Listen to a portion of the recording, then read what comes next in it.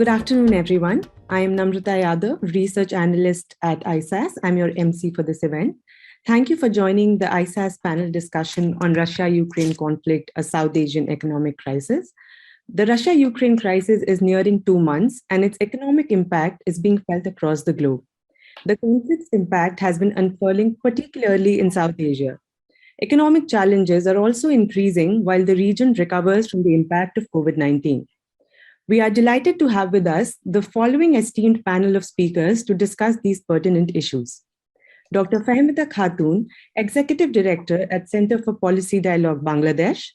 Professor Chetan Ghate, Director, Indian Institute of Economic Growth, and Dr. Hamza Ali Malik, Director, Macroeconomic Policy and Financing for Development Division at the United Nations Economic and Social Commission for Asia and the Pacific. The panel discussion is chaired by Dr. Ganeshan Vignaraj, Senior Fellow at the Institute of South Asian Studies and Senior Research Associate, Overseas Development Institute, United Kingdom. Before we proceed with the event, we would appreciate if the audience could switch off their microphones and videos throughout the session. The panelists are requested to keep those on.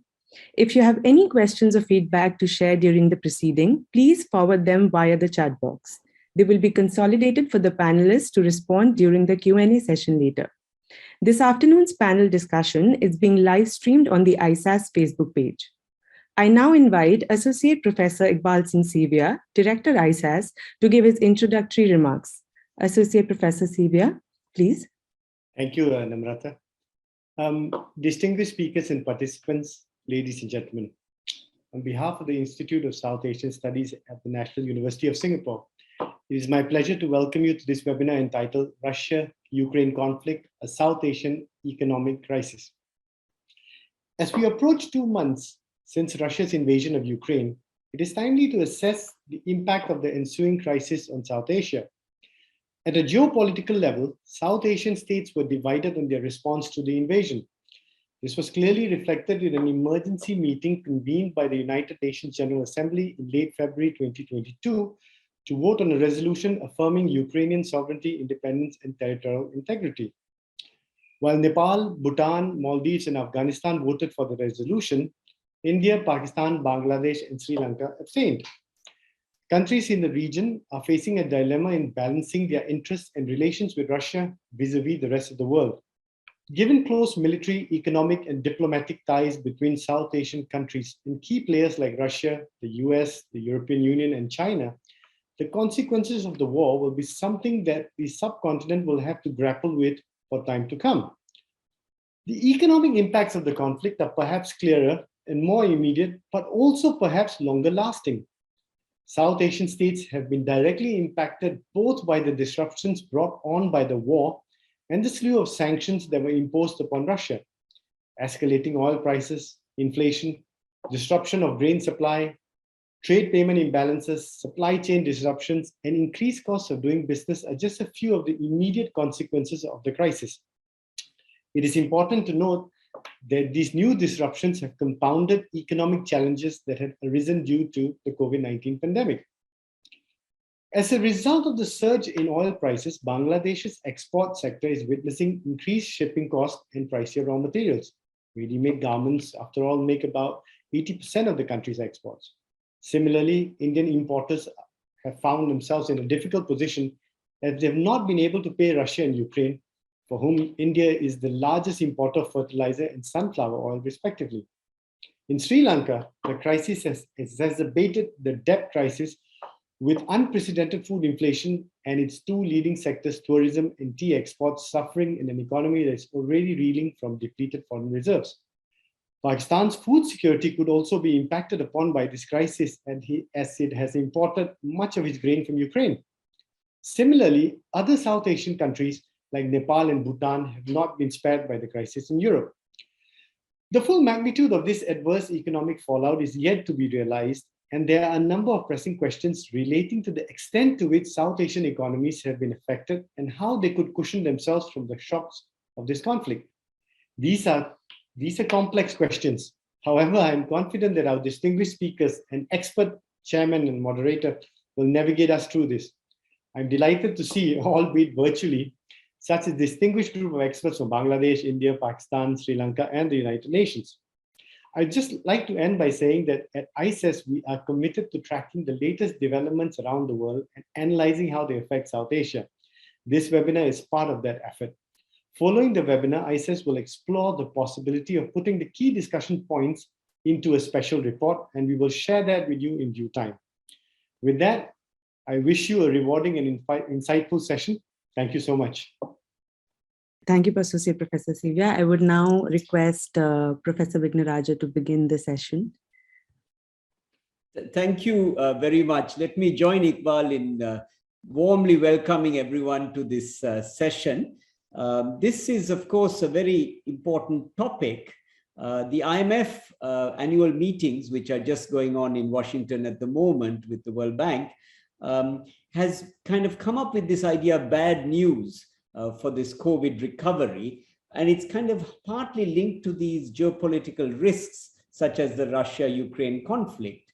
The IMF World Economic Outlook, which was hot off the press, released in April 2022, expects the following. It expects global growth to slow from 6.1% in 2021 to around 3.6% this year in 2022 and also in 2023.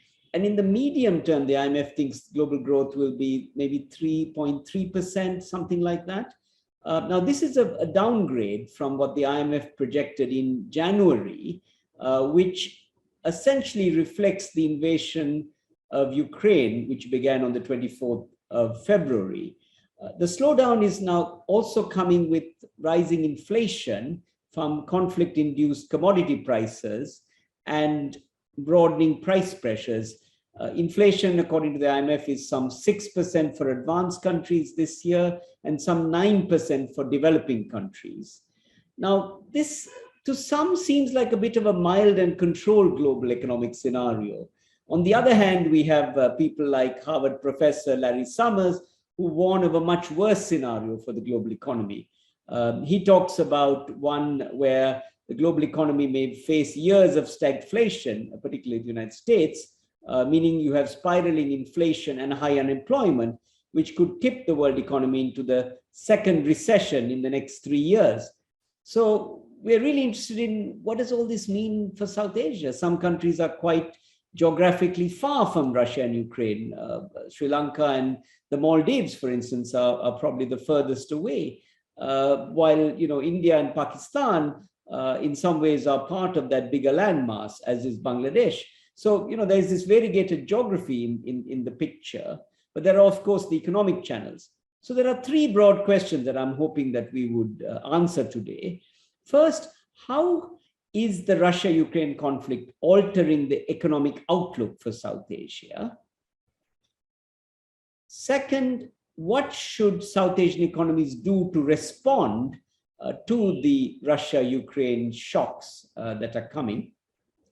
And third, is this conflict an opportunity for us to look at kickstarting South Asian regionalism in some form or cooperation? Are there baby steps that may be possible?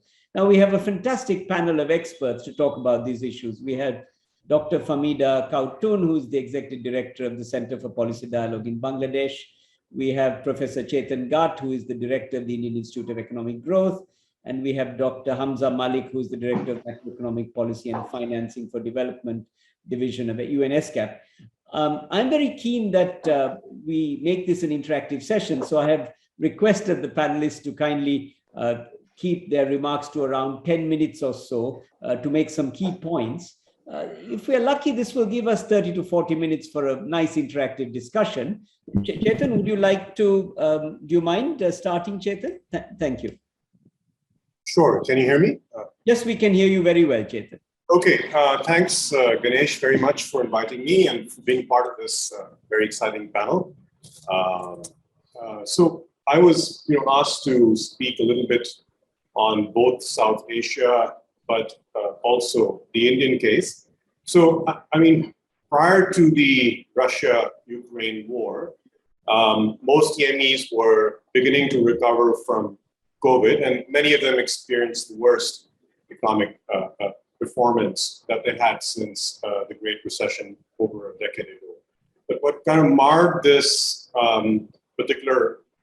what has marred this recovery is that it's also been outpaced by rising inflation, number one. Number two, major central banks, systemic central banks, if they haven't already started tightening, have already started signaling monetary policy tightening by raising interest rates. And there's an interesting discussion here about the tools that advanced country central banks now have compared to the inflation of the 1970s in terms of balance sheet tools, plus of course the overnight rate. Larry Summers, as Ganesh mentioned, sees a more dire kind of outcome for the world economy. But some economists argue, for instance, and I'm probably in that camp as well, that to be in stagflation, you probably have to be in a recession in the first place, and the U.S. is not in a recession at the moment. And so, apart from the tightening that is going to be imminent by systemic central banks, there have also been disruptions in supply chains, and of course, the Russia-Ukraine war has led to rising petroleum prices and food prices. And so, all of these kind of create a perfect storm in a way, and will lead to challenges in central banks and finance ministries and managing inflation and spurring growth. Now, in terms of South Asia vulnerabilities, I think Hamza was speaking about this. Ganesh was also speaking about this before the talk started. One avenue, of course, is through commodity trade. Lots of South Asian economies import, for instance, fertilizer is a big subsidy item in India. Thailand, Vietnam, Indonesia are large. These are Southeast Asian economies, of course. Sri Lanka is about less 2% of fertilizer imports from Russia, Ukraine, Bangladesh. And again, these are based on numbers that I've accessed from secondary sources, nearly 5%. India, of course, imports a lot of potash from Belarus. It's about 6%. So that's in terms of fertilizer. But then you think about cereal imports. Pakistan is quite high. Sri Lanka is quite high, close to 30 to 40%. Bangladesh is less, about 20%. Myanmar is even less than 5%. These are cereals from Russia. Cereals from Ukraine, again, Pakistan is quite high. Bangladesh is quite high, somewhere in the 20 to 40% range. Myanmar is less, about 10%. Sri Lanka about 10%, but still large enough to worry about. And then, of course, as was mentioned by Paul, Russia and Ukraine are important tourism markets for Sri Lanka. And of course, tea imports, Russia imports something like 20% of Sri Lankan tea. So one thing here is apart from commodities, food commodities, there are also tourism and other trade linkages which the war is likely to disrupt and therefore create a growth impact. The second channel of vulnerability, of course, as mentioned before, was oil prices. Brent crude prices have reached the $100 barrier, and this is the highest since the last 10, 12 years. Third, global contagion, and I think this is going to be kind of the more important mechanism. Financial markets are going to be impacted from the spillover effect of global financial market volatility, and it's going to be compounded by this geopolitical crisis. And I see three channels of contagion due to global financial market fragility. The first is going to be kind of the drying up of US dollar funding in EME markets, but also in South Asian markets to an extent. Number one. Number two is going to be the stress created by, remember that the South Asian region is a net importer of oil and of crude. So this could act as a second channel of contagion by stressing inflation and current accounts. So for several quarters in the last 2 or 3 years during COVID, I mean, there have been situations where certainly the Indian balance of payments has been in surplus, but you may now begin to see a large current account deficit. And this is interesting because if you compare where India was in 2013 during the taper tantrum, India's inflation differentials with the rest of the world were much higher, number one, and its foreign exchange rate reserves were also much lower. So in some sense, in an odd way that no one could have expected, the United States now actually has higher inflation than many of the economies in the South Asian region, although India's inflation rates have gone up. and are above the upper band of the inflation target above 6%. But India's foreign exchange rate reserves are also much higher compared to the paper transfer. So that's a somewhat mitigating factor.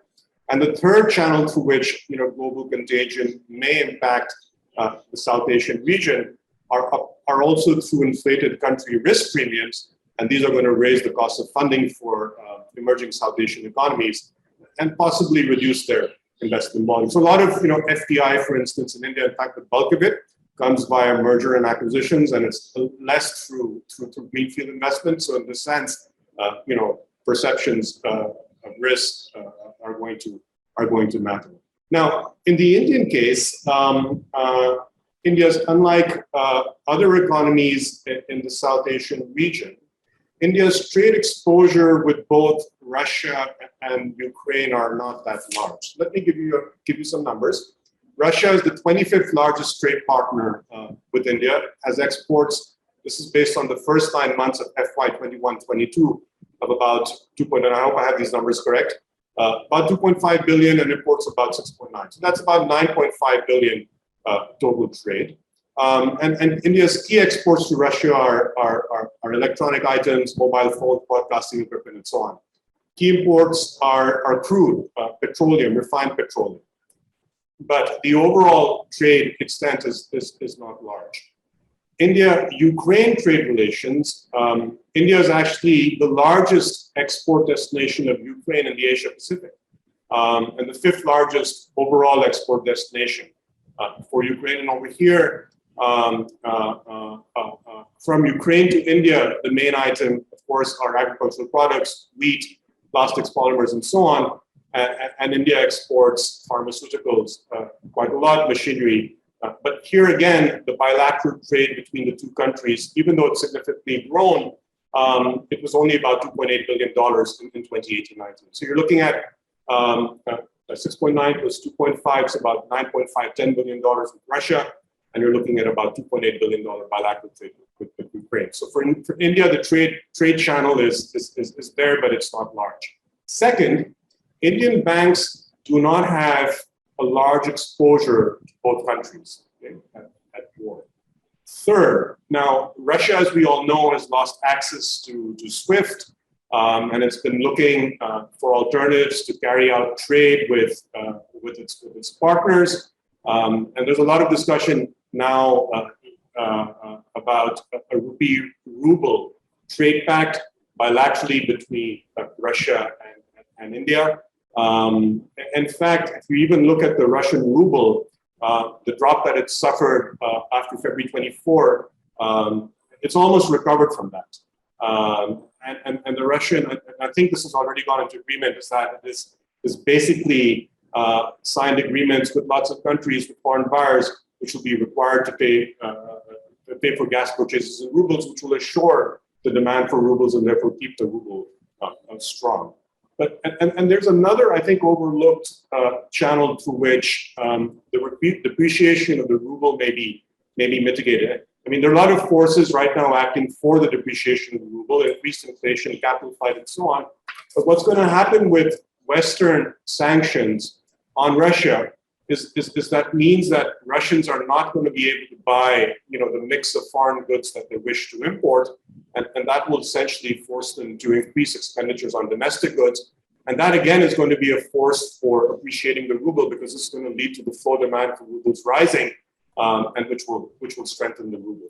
So there's an inherent kind of mitigating factor there, just in terms of what happens to the flow demand for rubles based on the impact of export sanctions by the West.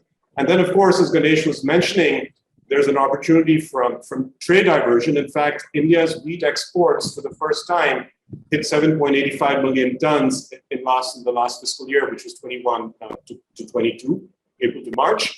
That was at an all-time high, and it was 2 million tons larger than the previous year. So all considered, the vulnerabilities in India come via, of course, being a net importer of oil, the impact this is going to have on the current account deficit and inflation. And I'll talk more about this in the specific Q&A on numbers and projections and in India's central bank stance.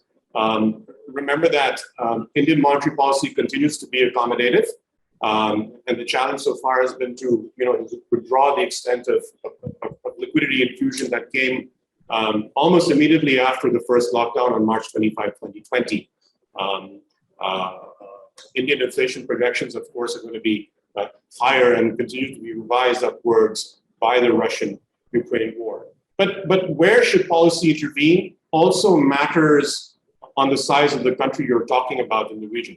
So I think with large South Asian economies like India and possibly Bangladesh and Pakistan, you have bigger domestic markets, domestic demand therefore provides some cushion. And therefore there is some, possibly because of that, some fiscal space. So that is able to sustain lower growth, but positive growth in the coming months. But I think really the hard question, I think what Ganesh was also hinting at before, was that there are regions in South Asia where economies are smaller and therefore more economically vulnerable. And these are economies, some are already seeing growth contractions, but more could see growth contractions driven by more vulnerabilities. And so I think the challenge of the policy should be thought through very carefully on the cyclical side, as well as on the structural side. There was a lot of discussion in COVID about hysteresis, and of course the Russia-Ukraine war is coming immediately in the aftermath of COVID. COVID itself is not completely gone. It may never be gone.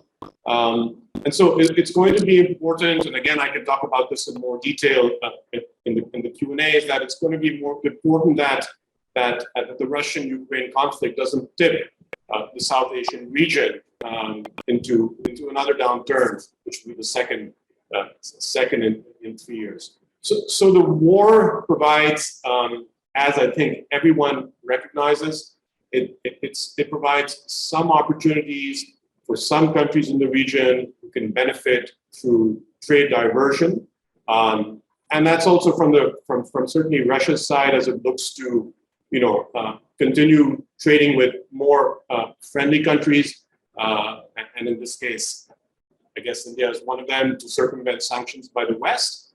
But all economies, by virtue of being net importers of food, will be vulnerable to this price surge. And I'll just I'll end by saying that the Russia-Ukrainian crisis, the war, could put the brakes on a South Asian economic recovery, which was coming well into place post-COVID. I guess the obvious vulnerability is that the region is a net importer of commodities, in particular oil, and therefore they're vulnerable to soaring commodity prices, rising inflation, which poses a challenge to inflation management by central banks, disruption in supply chains, which were already prevalent in COVID, are going to get exacerbated. And then, of course, the fallout on the informal sector. COVID was an asymmetric shock. It hit, the informal sector and the poor much, much more. And so there are all kinds of obvious repercussions for the size of, for the informal sector and for the poor. And so I think here, every crisis presents an opportunity. I think the challenge facing India is, look at India's public debt to GDP numbers, both on the consolidated fund. Chetan, can you wrap up in 1 minute, please? I'll wrap up in 1 minute. We'll come back to the question. This is all really great. Please. Okay. Thank you. Okay. Consolidated fund plus public accounts, about 20% of GDP. So debt to GDP has gone from about 60-65% to about 85-88% of GDP. And the challenge is going to be to consolidate, but at the same time do this in a way where you don't have a contractionary effect. It has to be thought through in terms of a medium-term fiscal framework. I think the IMF has been articulating this quite clearly for a while. But I'll stop there, and I'm happy to take on specific questions when we go into Q&A. Thanks. Thank you, Chetan. That was a wonderful kind of overview. Hamza, are you able to do this, or shall I go to Famida and come back to you? Oh, I hope so. I'm ready. Thank you, Ganesh, and thank you, Iqbal, once again for the very excellent scene setting, and thanks a lot for the invitation, for the opportunity to engage in this conversation today. For all the days, that had to be the day when you have your screen frozen. So I hope everything is working now. Okay. Can you see the slides now, right? Yeah. Excellent. Okay. So let's begin. I think Chetan has made a little bit of my job a bit easy. He highlighted several of the issues that I want to show, some visuals, some graph, and some highlighting countries basically, which are much more exposed and vulnerable. So there are three broad channels I wanted to highlight through which the impact is likely to take place at a fairly aggregate level. One, of course, is the obvious one, higher inflation, primarily through high oil and food prices. There's going to be very interesting questions, which Chetan was also alluding to. What should be or can be the government's response? Can government shield the poor from these increases through fiscal measures, like providing subsidies, for instance? Do they have the fiscal space to do that? What should central banks do? Are they going to increase interest rates now? Because the bulk of the impact is coming from food and oil prices, which are typically not demand shocks in a strict sense, right? But regardless of that, inflation is on the rise. And mind you, inflation was on the rise even prior to the Russian-Ukraine conflict. The second impact is going to be on the overall slowdown in the economic activity and growth. And I'm looking primarily from the perspective of Asia and the Pacific as a whole. There are multiple channels through trade, supply chains, remittances, heightened uncertainties there, which is lowering the potential to invest and low risk appetite. Again, very interesting and applied policy questions could be, do the governments have the fiscal space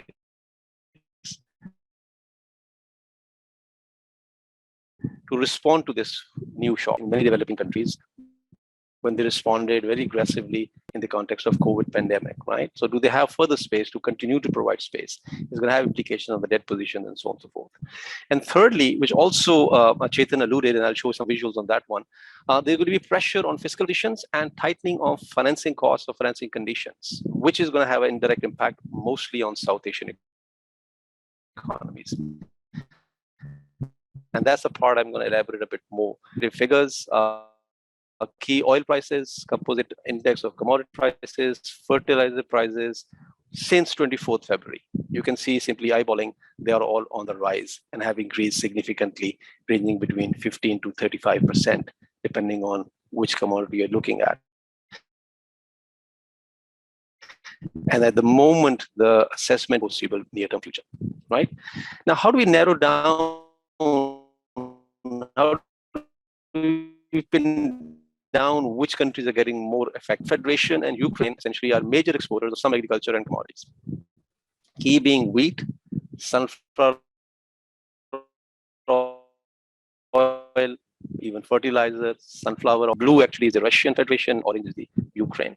So obviously in case of countries that are importing, for instance, wheat or sunflower oil from Russia or Ukraine, they'll be much more exposed. So we did the assessment, which countries are those? So you look at a close look, you can see some South Asian countries there. Bangladesh, Pakistan, for instance, in case of wheat imports, they are importing wheat and they will be exposed, of course, from this aspect of rising wheat prices in particular. Similarly, in case of maize, we have oil and petroleum products dependency is going to be North and Central Asian economies that are going to be affected, quite heavily so, I must say. This combines both the import of oil and petroleum products from the Russian Federation, the left-hand panel. You can see some numbers are extremely high. In case of, for instance, Mongolia, almost 89% of their oil and petroleum products come from Russia. So they are going to be really, really affected quite directly from this angle. None of these South Asian countries come in the picture over here, so I won't be dwelling on that further. Then there's the other channel we can look at, what is happening through trade. This is the exports and import data. The top 20 exporters and importers from Asia Pacific region. Blue is the left-hand panel is the exports, right is the imports, and blue is the exports and imports from Russia, and orange for Ukraine. And again, you can see they're mostly Central Asian economies, not South Asian economies per se. So the direct impact of the trade channel is going to be less on South Asia than on the other region, as we are focusing on the South Asian impact today. So again, I won't dwell further exactly what kind of supply chains are going to be affected, how many small and medium enterprises are going to be affected, and so on and so forth, because the effect is fairly small in case of South Asia. Same is the case for remittances. when you look at the data, Central Asian economies are directly linked to them through remittances. In Kyrgyzstan's case, 83% of the remittances come from Russia. So a huge impact is likely to take place as workers are unable to send that, or it's going to have impact on poverty as well. And similarly, you can see several Central Asian economies getting affected. What I'm going to talk about a little more in detail is the impact on the fiscal space and debt sustainability, or more overall financing considerations, financing costs, how they're going to be impacted. So here's a sort of conceptual diagram, how the conflict is likely to impact these things. One, of course, we already talked about higher commodity prices. Well, there are two possibilities. It's going to lead to higher inflation, which in all likelihood will lead to high interest rates, and thus increasing the higher financing costs. Or if governments have fiscal space, they can try and provide fiscal subsidies. In that case, it will lead to higher fiscal spendings and thus widening fiscal deficits. Similarly, the slowdown in economic activity is going to impact both sides of the equation. It's going to have an impact in terms of lowering tax revenues, and the need to provide fiscal support is going to be higher. In either case, the risk, the likelihood that the fiscal deficits are going to go up is definitely going to be there. And thirdly, a much more indirect impact, their lower risk appetite or risk perception impact, right? It's going to cause, and it is causing, and I'll show you some data on that already, capital volatility, capital outflow and financial market volatility in the yields being traded. And that is resulting in higher financing costs. So which South Asian countries are more exposed, or from our point of view in UN, which Asia Pacific countries are more exposed once we apply these things? So we try and look at from different angles the situation, and I'm going to zero in on South Asian cases, of course. This is the basic total debt to GDP ratio of Asia Pacific countries. And I've divided into two broad categories. One is the domestic and non-concessional external debt, which is the green part, and the concessional external debt, which is the gray bar, right? So what I'm simply showing over here is for most Asia Pacific countries, they rely much less on concessional external debt, which means they are exposed to market conditions as they access or try to finance their fiscal deficit through market sources, both domestically and externally. Look at these countries, and they're going to keep repeating in different angles when we look at Pakistan, India, Sri Lanka, Bhutan, Maldives. All South Asian countries actually are there when we look at the big picture. Of course, higher debt to GDP ratio on its own is not a sign of vulnerability or exposure. It depends on several factors, ability of the country to be able to finance that. So we try to dissect the information a little bit more in detail. So we looked at only at the external debt and the two usual indicators, the present value of external debt as a percentage of exports and total external debt stock as percentage of official reserves. So again, you see the left-hand panel, several South Asian countries are there when you looked at their debt as a percentage of export earnings. So Bhutan is there, Pakistan is there, Sri Lanka is there, and Nepal is there. There are going to be two channels at least. One, exports are likely to be affected because there is a dampening effect on external demand. Number two, there will be a tendency of the central banks to try and stem the volatility market through using foreign exchange reserves. So in both cases, they're going to be impact on these kind of very key indicators of vulnerability. Similarly, on the right-hand panel, the yellow bar, which is the external debt to official reserve ratio, you see again Sri Lanka and Pakistan again making in the list. Their ratios are considerably higher. So their exposure is much higher. Now, mind you, for technical reasons, there's a difference between exposure and vulnerability. In a lot of commentaries going on nowadays, people are posing, oh, these countries are vulnerable. Not necessarily. The basic difference is exposure means if you have connections, for instance, to trade, remittance, other channels, or through higher financing costs. But vulnerability essentially means, do you have the ability to respond to that exposure or not? So some countries can be more vulnerable, even their exposure is less. That's a very interesting and important point to remember, and we can discuss further in the question and answer session. Then we try to look at, okay, those countries that have access to markets, how do they fare? What is their potential to do that? So this is the foreign currency sovereign credit rating index on a scale of 1 to 12 or 1 to 21 put together by the World Bank Fiscal Space database. It simply combines the ratings of three rating agencies, Moody's, Fitch, and S&P, and then sort of roughly divides them between investment grade and non-investment grade. So higher your number, the higher your credit rating, and less is the risk perception or the financing cost is going to be primarily lower. So Singapore, of course, is very high up there, but look at the other end. Again, the same two countries, Pakistan and Sri Lanka from South Asia, stand out in the entire Asia Pacific region for the wrong reasons. Their bond that is being traded is actually pretty much of a junk category already. Sri Lanka, of course, is already pretty much have a soft default. The way they've announced they're not going to make their external debt payments. But Pakistan is actually quite exposed and vulnerable, and so is Maldives. So indeed, once you look at the daily trading of sovereign bond yields, you can see they have risen considerably since the beginning of the conflict on 24th February. And again, Sri Lanka is there and Pakistan is there. Their bonds are trading more than 10% at the moment. Sri Lanka is, of course, at 30%, not surprisingly. And Pakistan is again higher than 10%. Excuse me. So even if the countries like to access markets to try and meet their financing needs to respond to the crisis, it's going to be very costly for them. Excuse me. So bottom right remarks, and then we can elaborate some of the points that I was highlighting later. So what is the bottom line from my perspective? Impact on inflation is likely to be pronounced. I think this is the point Chetan was also highlighting. So certainly expect rising interest rates, or at least that debate is going to be prominent or should be prominent, that should central bank raise rates or not. My personal view is I don't think so. They can resist that. They will have to increase interest rates. Otherwise, they will experience significant capital for volatility. So they might as well be much more proactive at the moment.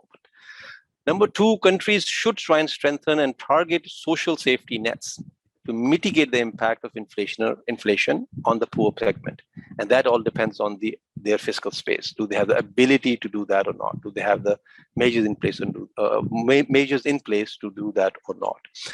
In the COVID pandemic years, 2020 and 21, we saw countries actually coming up with fairly innovative and very aggressive measures. So they can continue to do that. However, the space has already been squeezed. The pressure on debt is rising and is spilling over to rising financing costs, as I was showing you. The third area is, which requires attention, is a common point, but a lot of countries are not paying much attention to that. Step up fiscal reforms to spend what we call spend smartly and tax fairly. This is coming from our recent economic and social survey of Asia and the Pacific, which was published a couple of weeks ago, where we go in the detail of that. And we identified 3 areas. And we have assessment of countries that are much more inefficient when it comes to spending in terms of social protection, education, and healthcare. So since the fiscal resources are limited, countries are advised to spend them smartly. And similarly, tax fairly.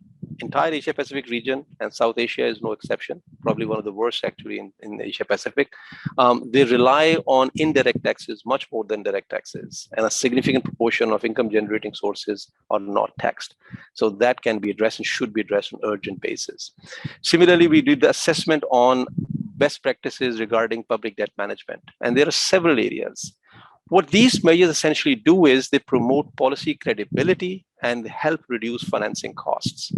Because the point I'm trying to make is more and more countries will need to actually support or respond to the implications of the crisis. And for that, they will need resources and they need to come up with them, and they are already quite scarce.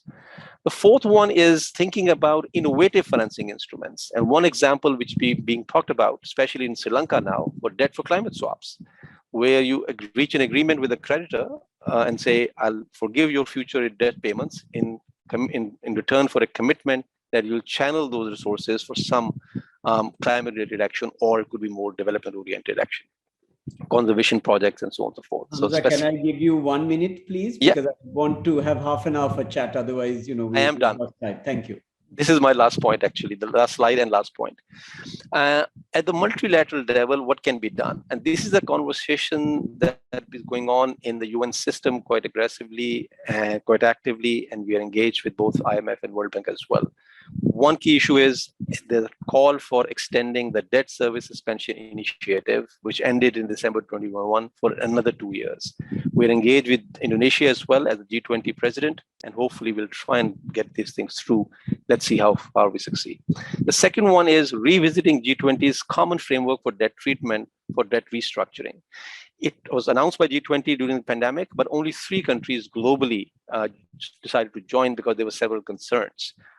Many countries that need the effort are not eligible to take part in that. For instance, private creditors of which are big in some countries' cases, are not participating in these debt restructuring. So there's a call for revisiting the framework and make sure these and several other concerns are addressed. On lending of SDR allocation, which IMF announced of 650 billion, but according to the existing formula, bulk of resources have gone to countries that actually don't need them. So there's a conversation going on how we can on-lend those SDR allocation to those countries that then actually need them. Similarly, urgency of new Resilience and Sustainability Trust Fund of IMF is being talked about. Right now, it's tied up with to be in the IMF program. That needs to be addressed.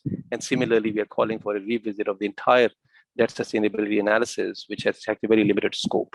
So I can elaborate this question down the line. I stop here and look forward to further discussion.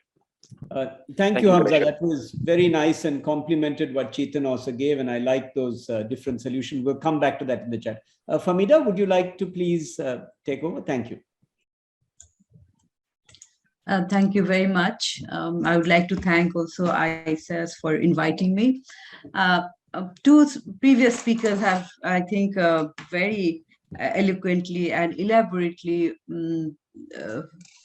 put forward the issues for not only for South Asia, but also for other regions in the wake of the crisis. So what we have been discussing that since the war has started during the end of February, we are seeing that the global economy has entered into a new terrain of uncertainty because the war has induced some challenges. We have heard about those challenges at the country level and also at the regional levels. And why such impact? Of course, as we know that the global economy is integrated, and with the global economy integrated, crises of such nature and volume, of course, will have impact. It's bound to have impact on the economies. So, and also as my previous speakers have rightly mentioned out, that the war, Russia-Ukraine war, has erupted at a time when the world was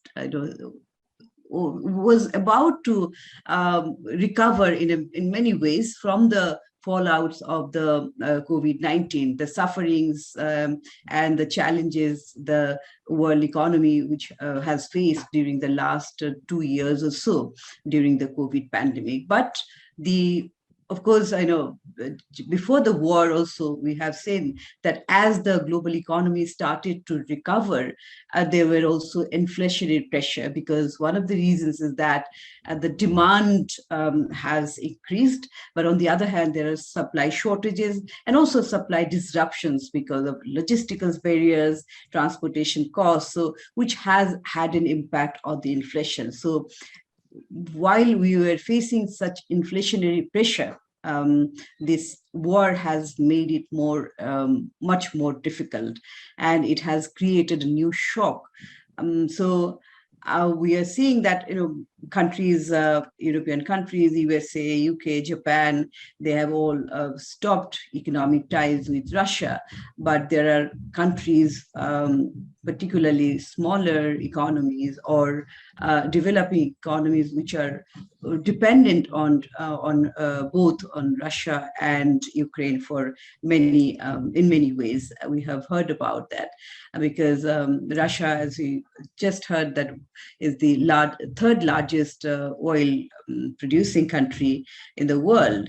So we are observing how the prices of oil has gone up, but we also observed that developing countries are managing, in the sense they're sourcing their requirements from many other oil producing countries, but the small and the poor countries are finding it difficult with their limited financial ability to pay to meet their energy requirement. So, and when there are energy prices goes high, there are knock-on effects on the other prices as well, which again leads to inflationary pressure further.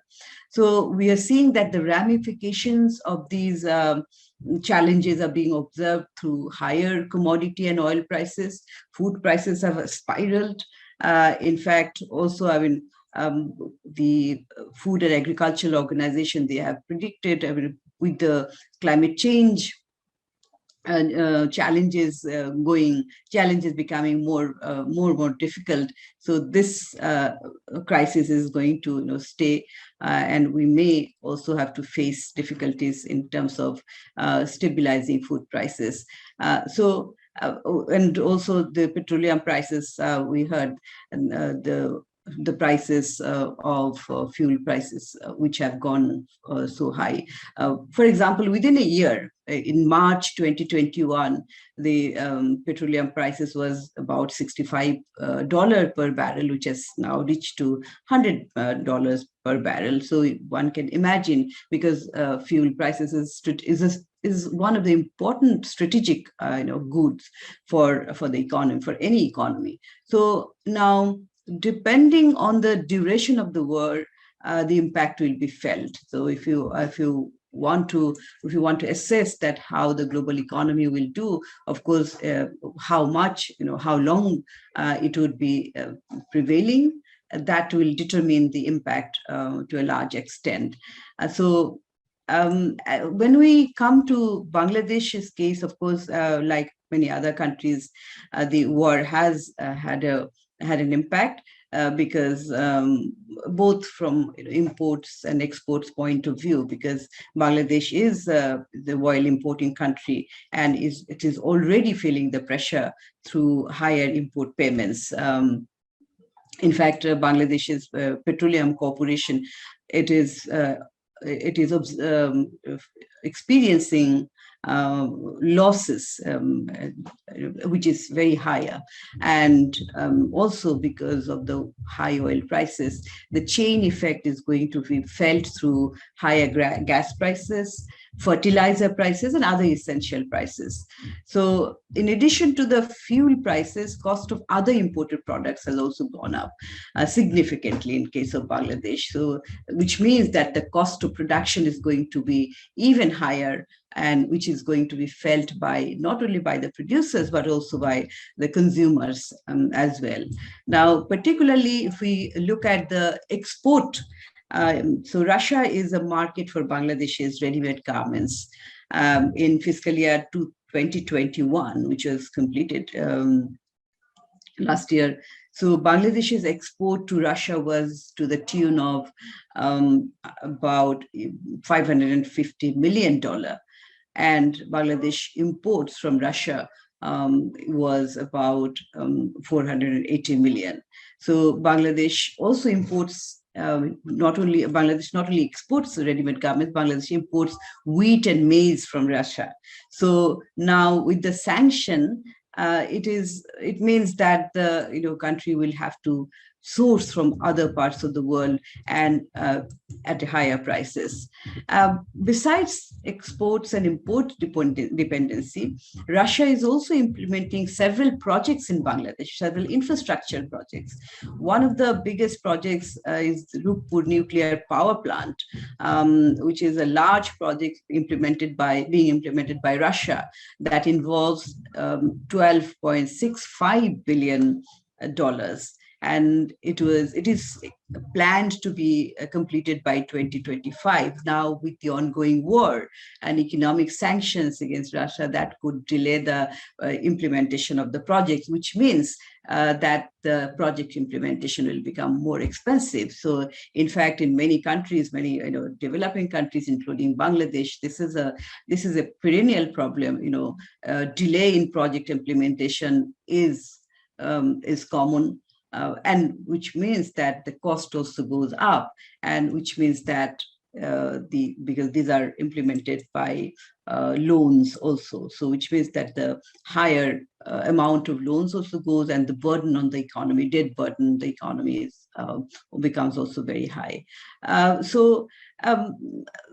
And at this more point in time, we are seeing that, because when we are talking about global integration, Bangladesh's because the country is integrated with the global economy, at least about 40% of the economy is integrated with the global economy. So at this point in time, in fact, Bangladesh's current account balance is in the deficit, which is a worrying sign, and because of the high import payments. Import has become expensive, but on the other hand, exports are not, the prices of exports have not gone up, as though Bangladesh's ready-made garments is one of the important export product, but that is based on volume, not on prices. So two contradictory, features we are saying, that volume-based exports, but price-based imports. So that has an impact. And on the other hand, also the remittances have been declining. During COVID, Bangladesh had a very high remittance inflow, but that has gone away. And now we are seeing a decline, a constant decline in the remittances. As a result, there is not only trade imbalance, trade deficit, but current account deficits also. So we have heard about the forecasts of IMF. Ganeshan has mentioned that how the global economy will be looking like, and IMF doesn't seem to be very optimistic. Of course, that is also applicable for Bangladesh. Now, this is in this context, what are two problems we are facing? On the one hand, still we have to recover from the fallouts of the COVID and now the Ukraine crisis. So as my previous speakers mentioned, that when we talk about government's policy, there is definitely a need for higher expenditure, higher public expenditure for recovering the economy from COVID impact. But where is the fiscal space? In case of countries like Bangladesh, particularly Bangladesh, I would say that that is a real challenge now, because lots of infrastructural projects are ongoing with external resources, but some of the expenditures like social safety net programs or education or health, for these, the government expenditure has to be increased, because these are the sectors which are very neglected. And during COVID also, the need for higher expenditure has been felt. But on the other hand, if you look at the domestic resource mobilization effort, that is really very unsatisfactory. In Bangladesh, the tax GDP ratio is less than 10%. It used to be during pre-COVID period about 10%, 9 or 10%. But now, after COVID, now it has come down even lower, that is about 8%. So this is one part. So the fiscal reform is very much needed. We can elaborate later on. But on the other hand, not only for fiscal, fiscal space, creation of fiscal space is one aspect, but also the efficiency of public expenditure. What is spent, is it being spent efficiently and effectively? That is also very, very important, because in case of large infrastructures, we have, and I've just mentioned earlier, that the issue of wastage, leakage, or good governance in the whole project management. These are the issues for infrastructure, larger physical infrastructure project, but also for social infrastructure, that, when you allocate resources, but how those resources are being spent, whether it is spent with quality, not only with quantity, that's also very important. So when the government all the governments in the region, they are trying to increase their public expenditure to recover from the COVID-19. These are the issues I think they have to be mindful of. In fact, these are the issues not only for COVID, not only for this situation, but these are old issues. But this has become all the more important because we are passing through a time which is very critical. So I think governments will have to be more judicious and prudent in terms of spending and also resource mobilization. Thank you very much. I would stop here and happy to respond to queries. Thank you very much, Famida. That was very nice. And I particularly enjoyed your overall points and also the focus on Bangladesh, which I think had some real issues. And I think you've sort of demystified the case a lot. Some people think of Bangladesh as a rising tiger economy, but there are all these structural issues. But that's very interesting. Thank you. Let me say that the floor is now open for chat. And if you could put any questions in the chat box, that would be really great. While people are warming up, I'm going to just start by asking each of the panelists a question. For Chetan, my question is this really vexed issue of central bank independence in South Asia. And I'd be very interested on your thoughts from the RBI experience. And is this sort of model that some are writing, you know, the US Fed or the Bank of England model of central bank independence, is it appropriate for South Asia in, you know, helping us deal with, you know, these monetary challenges that we face in monetary policy and inflation targeting? Chetan, over to you for a minute or so. Yeah, thanks, Ganesh, for that question. I mean, India migrated to inflation targeting de facto in 2014. And de jure in 2015 and implemented inflation targeting with an MPC in 2016. Inflation went down and stayed close to 4% midterm target for close to 4.5 years. I mean, COVID, of course, was a formidable challenge. The MPC changed around October 2020. And I think here, really where maybe monetary policy was more potent was not so much from the direct effects of rate cuts, but you know, the signaling from continued accommodation, but more so probably from the large liquidity injections, TLTROs, and so on. But I mean, to your question, I think there was an obvious tension between financing the large deficits. There was a raging debate about monetizing the deficit, recommended by lots of very prominent people. And I think, I remember that, you know, public debt management is done by the Reserve Bank of India. And the central conflict it faces is that on the one hand, it has to facilitate this large government borrowing. And then on the other hand, it has to do this at the lowest possible cost.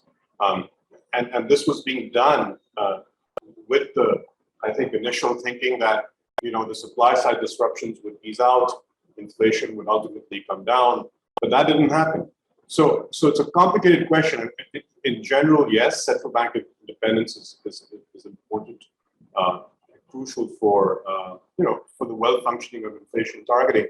But while in COVID, you have this glaring tension between accumulating a lot of debt. So India's debt has increased from roughly 65% of GDP to about 89% of GDP. This is total liabilities, state plus center, consolidated fund plus public account.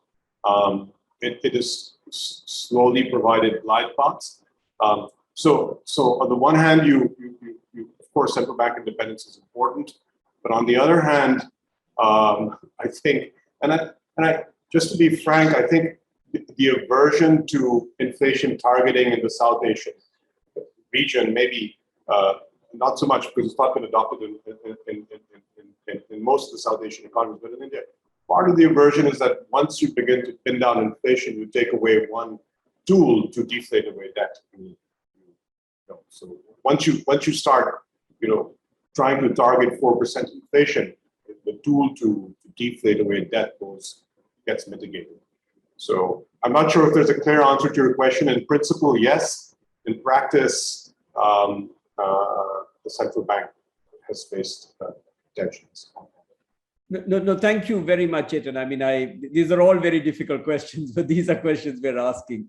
Thank you. Hamza, I'd like to ask you this important issue. You raised, you know, 3 countries at risk of debt distress, or in the case, of course, of Sri Lanka, which has already soft defaulted, but Pakistan and Maldives are coming up there. You know, I want to raise this very difficult issue of countries having to deal with restructuring of debt with private creditors, because in the case of Sri Lanka, as you probably know, 47% of our debt is held by private bondholders. So I wonder, how is it that a country might be able to sort out these private creditors? I mean, bilaterals will come to in a minute, but the private creditors, what's the best way to do this in your experience of looking at this, particularly in these three countries that are in difficulty in South Asia?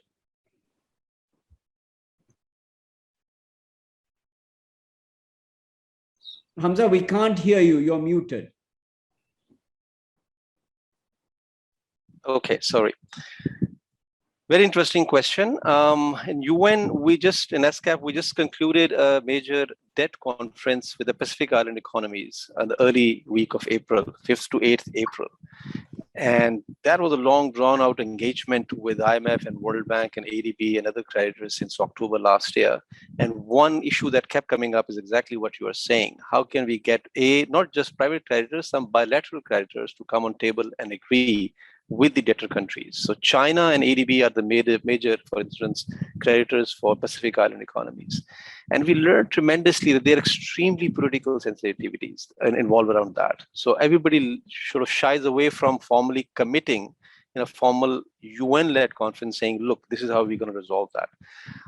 That's just a recent experience, how hard it can be. We thought we will be able to get creditors and borrowers on debtors on the same table and have some sort of agreement around broad contours of the debt relief measures that are needed. Issue of private creditors directly came to the fore in the context of what I was highlighting earlier, the G20's common framework, which was floated essentially as a continuation of the DSSI. And the idea was it's going to help them. But again, increasingly, most countries have not engaged with them. In case of Sri Lanka, we had a very interesting panel with them, with the central bank governor, then central bank governor, Governor Cabral. And we asked him exactly this question. And he said, we are nervous about our ratings. If there's going to be some sort of debt rescheduling on the cards being discussed, we risk getting a worse rating, and we cannot afford that if we need to go back to the market. So again, private creditors remain shy away from these kind of conversation, and they are not part of that. That's the call once again from the UN side, led by Secretary General now, again to sort of revisit the framework, G20-led framework, and have a mechanism in place. It's been talked about for decades now, by the way, to where such debt restructuring can take place, where all parties are there, including private creditors. Global community has repeatedly failed again and again and again, and it has landed country in problems. So effectively, in practice, it becomes a bilateral conversation. So no systematic solution that is there. Globally, at the multi-level level, we are trying to have a systematic framework in place that can actually facilitate such things, but so far, no luck. Thank you very much, Hamza, for your honesty and direct answer to the question. It's a really tricky issue, and it's something we have to think more about.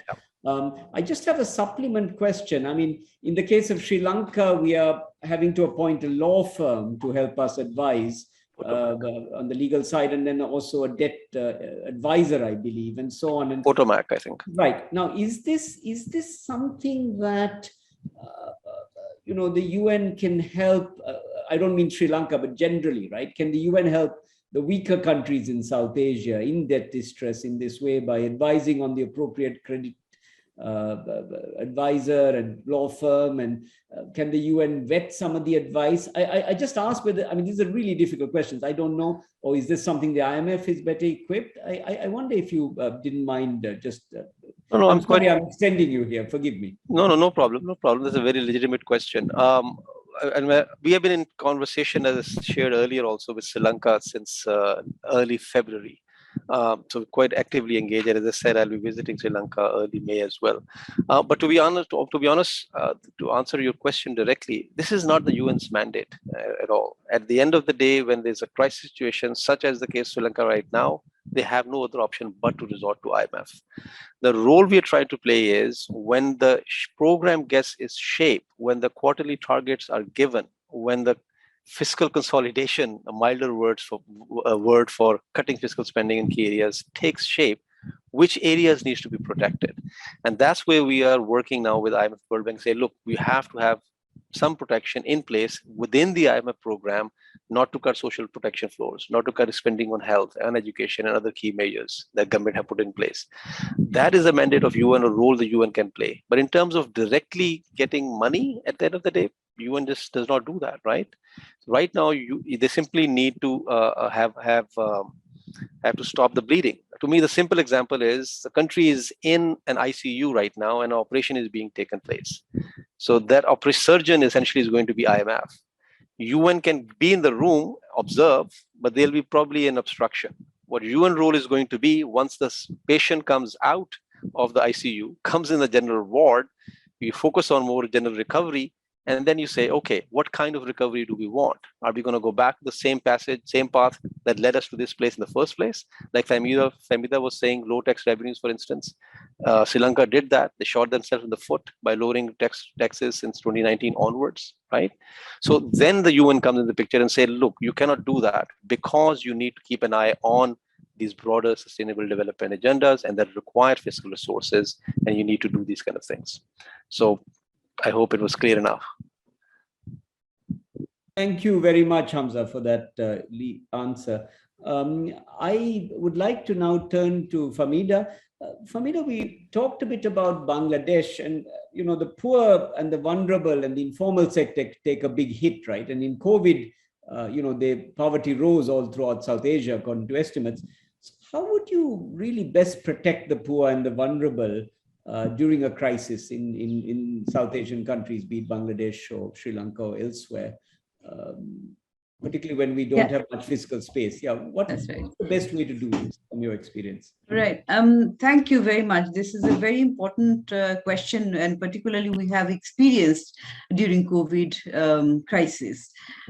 In fact, all over the world, we have seen that in order to address the crisis, governments started stimulus packages, and Bangladesh government also had provided stimulus packages, which is about 4.5% of the GDP, which is for a country, low-income country, it's not bad. But the majority of the stimulus packages was about 80% was in the form of loans, actually, commercial loans from banks. So, and then others were like some were direct cash support and some, in kind also, particularly food support. So in case of loan, what has happened that, while the large firms, they could easily access those funds and utilize that and could, maintain their businesses to a certain level. But the smaller ones, micro industries, micro enterprises, they could not avail those facilities because for various reasons. One is, of course, the very nature of the business, the informality is there, and also the documentation, the requirements by the banks, it makes it very difficult to access those funds. That's one. So, which implies that the smaller ones could not recover that well, and still many of them have closed down. Some are surviving, but with some basic operations. And in case of direct support to the very poor, poor families, vulnerable families, marginalized groups, that was also, I've mentioned about the fiscal requirement, fiscal space. Domestic resource mobilization is very low. So the government will always has to prioritize, and competing priorities are there. So of course there have been efforts to support, as I've mentioned, but then again that was not enough. Firstly, the inadequacy of the support, and then secondly also the institutional weakness, in the sense that targeting of the poor who really need the support, the listing of the beneficiary groups. So there we have problems, and we couldn't actually also overcome that problem even during COVID crisis, because the government had planned to provide support to 50 lakh households, but in the end they could only provide support to 35 lakhs because this is a an irony, because here there's a plan, but we can't provide that. This is because we don't have any list or any database for the beneficiary groups, who to provide. That's one thing. So, but again, having said that, whatever support has been there, it has helped a lot, but much more is needed. And in fact, we had gone through COVID first phase, second phase, third phase, and still now we are in the phase of recovery. So is the poor household. So what I feel, we have been urging on the government that there is a need for second phase of support, also stimulus package, not only in the form of bank loans, but also in the form of direct cash support, and also other sort of support. And for that, as I've mentioned, we need fiscal space. We are really finding it difficult to have a fiscal space. The demand, as I've mentioned during my deliberation, that there are, because of global prices, high prices, the expenditure has gone. Many corporations are going, are feeling the stress, financial stress. Even government is, has to also distribute its limited resources across many sectors. Social safety is one sector, but I would mention two other sectors, and I touched upon that. But one is the health sector. COVID has been an eye-opener that how neglected the health sectors, not only in Bangladesh, in South Asian countries also. In fact, in South Asian countries, out-of-pocket expenditure for health is highest among the world, other countries. So, in fact, in Bangladesh also, over 70% is out-of-pocket expenditure. So, and also the whole infrastructural management, infrastructure itself, and also the whole governance issues in the health sector, that has been quite prominent during the COVID-19. So this is another area where the government has to invest. The third one, and also very important, I think most important, is the education. During COVID-19, we have seen the learning loss has been so acute. For 2 years, schools, educational institutions, schools, colleges, universities were shut down. There are only a few privileged groups of students, they could have online studies, but also the quality was questionable. But the others, particularly the poor children at schools in the villages, they were totally out of the school. And one doesn't really know that now that schools are open, whether they would be coming back or not. And also, the poor, the girl children, the girl students from poor families, they were the most affected, in the sense that because poor families don't want to bear the burden of the girls, particularly boys were sent out for looking for livelihoods, but the girls, they were married off at an early age, which means that it is not only going to have an impact on their own health, but also from the other children's health. So the achievements which we have achieved during the last decades or so, in case of reducing maternal mortality, in case of reducing child mortality, those are being those have been reversed. In a way, some of those achievements have been reversed, so which is a worrying sign, but it only also emphasizes that more expenditures are needed. Thank you. Thank you very much. And you're absolutely right that we need much better targeting, and we have to find the fiscal space. We have a couple of questions in the chat box. I will read them out and then, get the panel to answer, and we're coming towards the end. So maybe I'll give you all each a couple of minutes just to answer these, and then I will try to sum up. We have a question which anyone can answer. How does the conflict shape FDI and portfolio flows to the region? Do we have net outflows, net inflows? That question of portfolio flows would be very useful. We have a question for Chetan. Is the conflict helping, the yuan become more internationalized as a currency? That whole question about ruble and so on. And, I wonder, Chetan, about the currency issue. You can talk about moving away from dollarization to other currencies. So that's come up. We have a question for Hamza. again about holding yuan in as a reserve currency and so on. So, again, anything that you have on that. We have a question about food security. And this again is to Chetan about public stock holdings in India that have come in. And I wonder, what does the crisis mean for the future of public stock holding? And then to Chetan, bringing a cross conversation there, India has this Aadhaar card scheme, right? Where you've tried to identify poor households and send cash transfers. I wonder if you could say a couple of sentences of that scheme and any issues. I know these are huge areas because I feel that that scheme may be of some interest to the Sri Lankas, the Bangladeshis, and so on. And there, to Hamza, I have a question in my own mind. Hamza, this question of the UN system and a global conversation on debt restructuring. I understand it's not been easy, and you must be as worried about it as anyone else. But I wonder if this is something we should take up in a North-South context much more, and also whether the UN, should be doing much more capacity building, right? So in the Sri Lankas and Pakistans, there are those that have talked about, these two countries in particular being in a sort of a debt trap, right? By getting infrastructure loans that were low, return loans, right? And no infrastructure or little infrastructure master planning is done and so on, and very little debt sustainability analysis. Is this something the UN should be doing a lot more? And should the lending country, the Chinas and Indias, now that I no longer work for ADB, I can use these words, should they also be doing much more capacity building and become much more responsible? Right? These are non-Paris Club members. So I wonder in your closing remarks, if you each take about a couple of minutes and answer any of these, it would be great.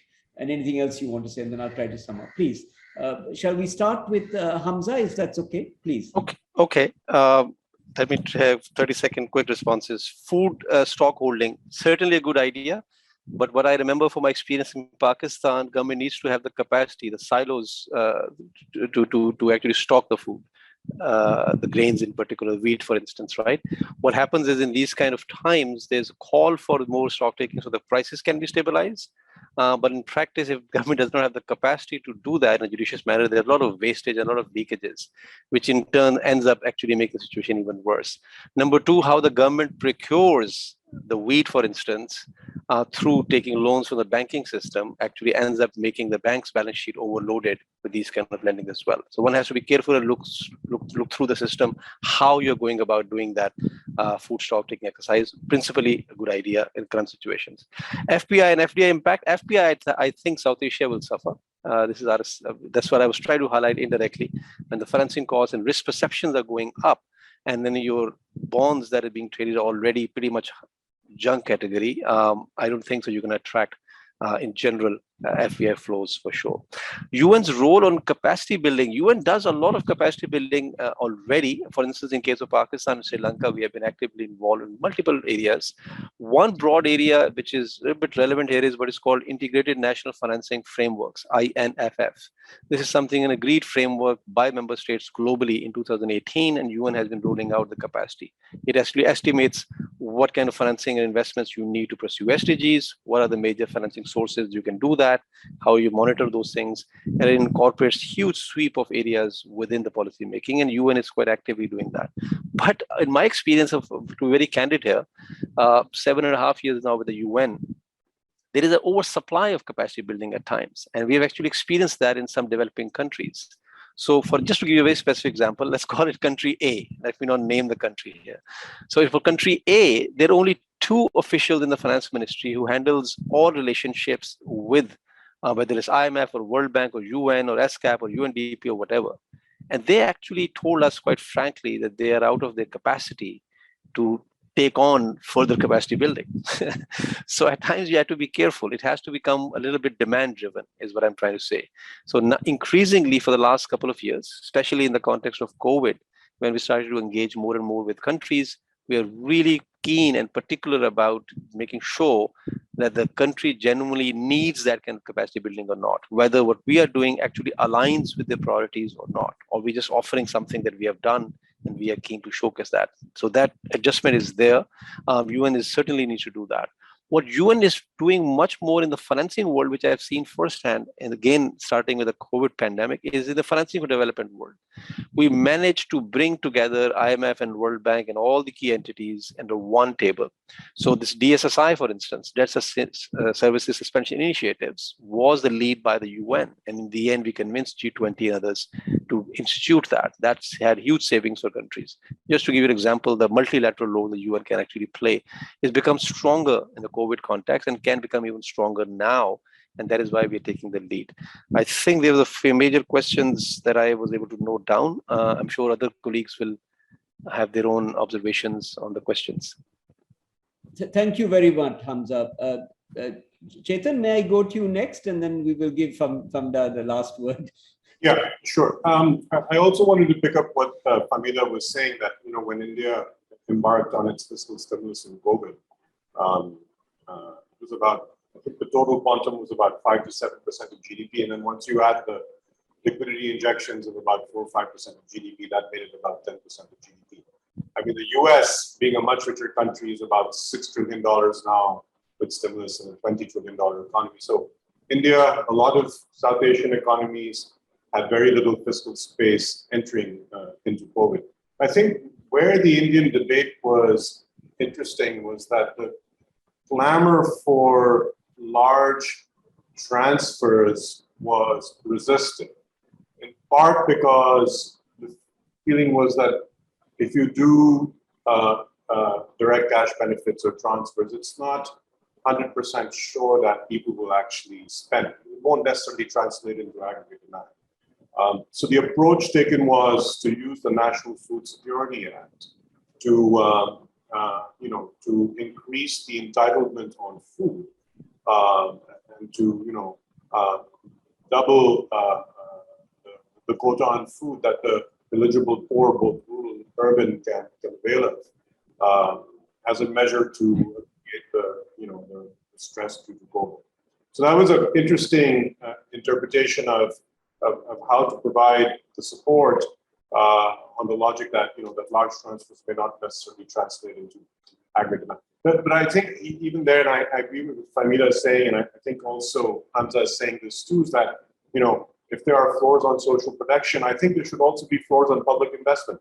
And having saying that, health now was seen as an expenditure. It is going to increasingly be seen, and in fact, it was already being seen as an investment. And if we can, in the region, calibrate out, think out public investment, social protection floors for the region that helps the most vulnerable from falling into poverty when you have a calamity like COVID, that's important. The second thing is that, this region, I mean, think of world trade growth, and these are longer term trends, which COVID, Russia-Ukraine war notwithstanding, world trade growth was 2 times world GDP growth. We see this number floated everywhere. Pre-Great Financial Crisis, post-Great Financial Crisis, it is 1 times it. If I try and rack my head and think about what are the manufacturing success stories in the world, and maybe even in Asia in the last 20 years, I can probably think of India, maybe Bangladesh, Ethiopia, China to some extent. So the number of countries which are going to industrialize and grow because of it seems limited as a source of spurring growth.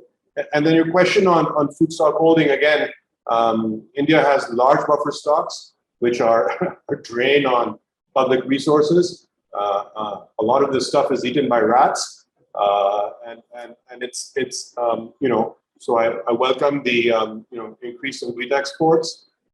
Remember that it's an open-ended procurement system, higher subsidies, higher procurement, higher redistribution, and I've done some work on this, is inflationary. Although that inflation need not necessarily be bad for welfare. It could still be that the redistribution that you give to the poor raises their welfare, even if central banks decide to combat the inflation that comes from this with higher interest rates.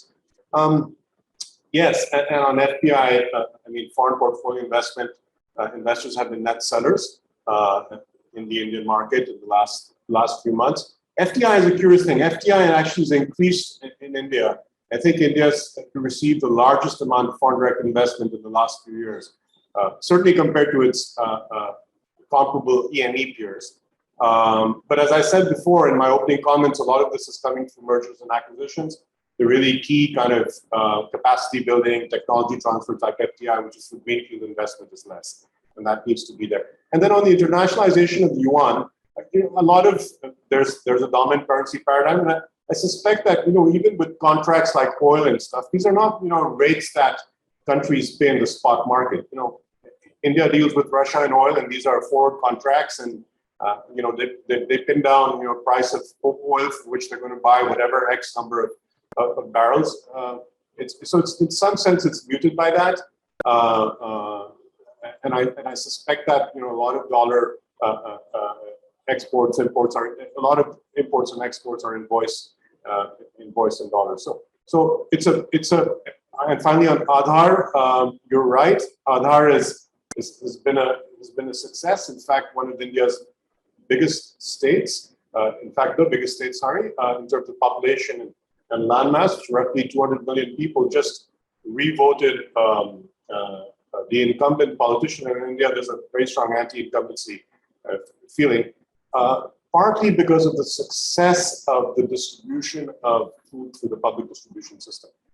Better targeting via Aadhaar, lower leakages. So I think here the clamor by civil society organizations to improve delivery, to lower leakages, to increase accountability, which has been going on in India, and the role of the media the role that the media plays in this respect has been a positive one in holding politicians accountable for better delivery and so on. So that's something that is not perfectly administered, but certainly better administered across, again, not all states, but across many states in India today. Sorry, Famida, please. Any comments, any responses to those questions? Yeah, I'll just make a 30 seconds or 1 minute comment. I mean, I think a lot has been said, but 2 points. One is in case of countries like Bangladesh, to taking my earlier points a bit further. There is to support the poor and vulnerable people.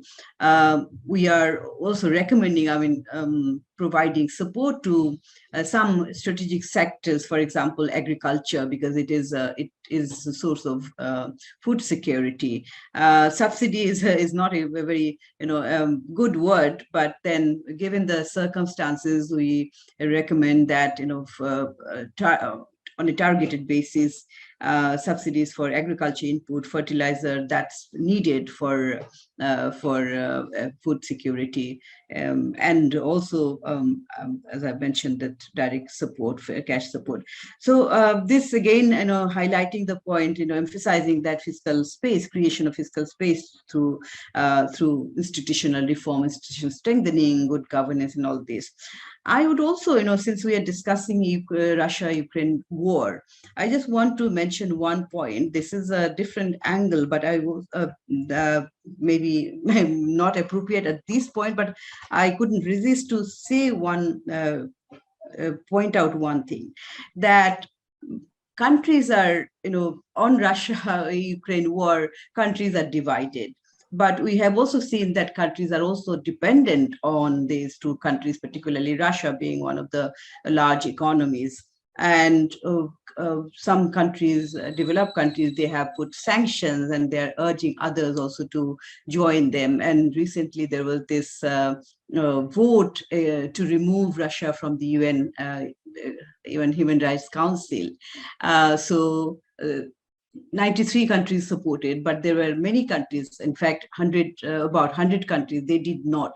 I mean, some of them opposed, some abstained from voting, and some did not vote at all.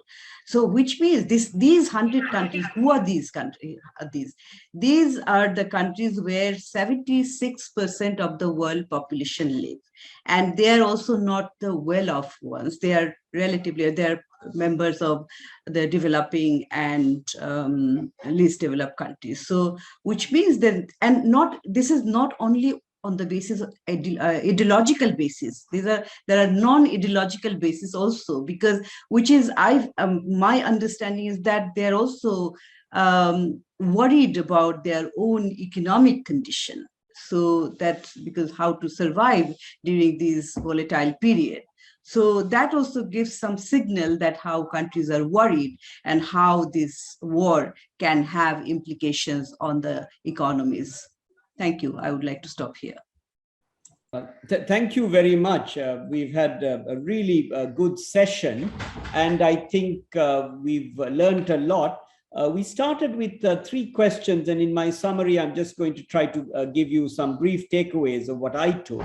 The first was, how has the Russia-Ukraine conflict altered the economic outlook? And I think several of the panelists talked about the channels by which the Russia-Ukraine conflict is coming into being. I think we took away that the trade channel was not so important initially, but it's coming through commodity prices, and it's coming through the contagion effect from the world economy. And of course, there is the inflation channel that is also coming. And so because the story of Russia-Ukraine conflict is still ongoing, and it could get worse, a lot will depend on that future. So I think it's obviously going to lower South Asian growth, and much of it depends on different countries. If you're very commodity dependent, energy dependent, then you're going to get hit harder. And if you have low reserves, you could be in trouble. And Sri Lanka represents a polar case with, I guess, Pakistan and Maldives at some level. And I think that's probably the general conclusion. India and perhaps Bangladesh may be somewhat more insulated. That was the general idea.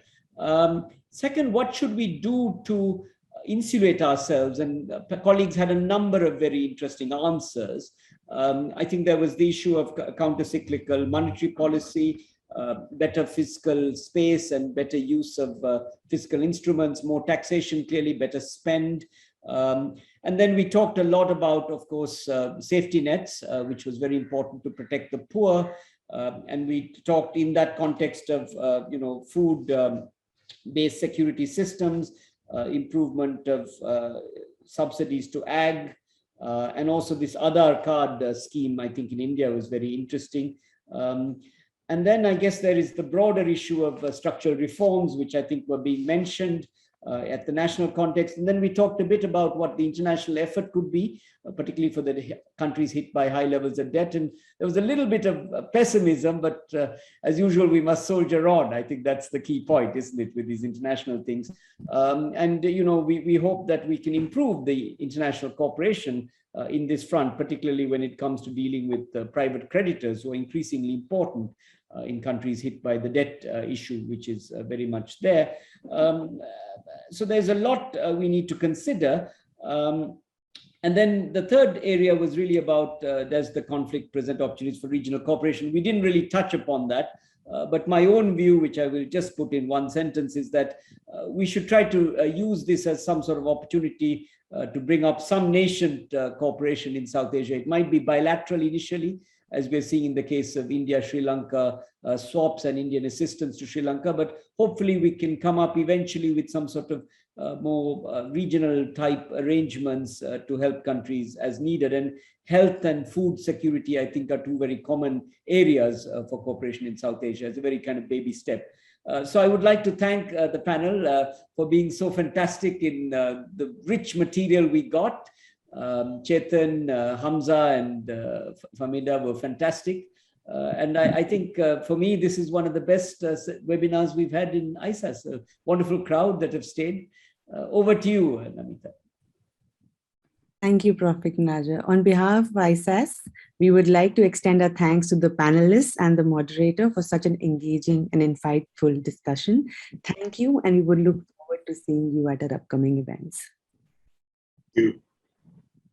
Thank you, Ganesh. Thank you, Namrata. Thank you. Thank you. Nice to meet you, Chetan and Famida. See you guys around. Thank you. See you. Bye-bye. Thank you. Bye.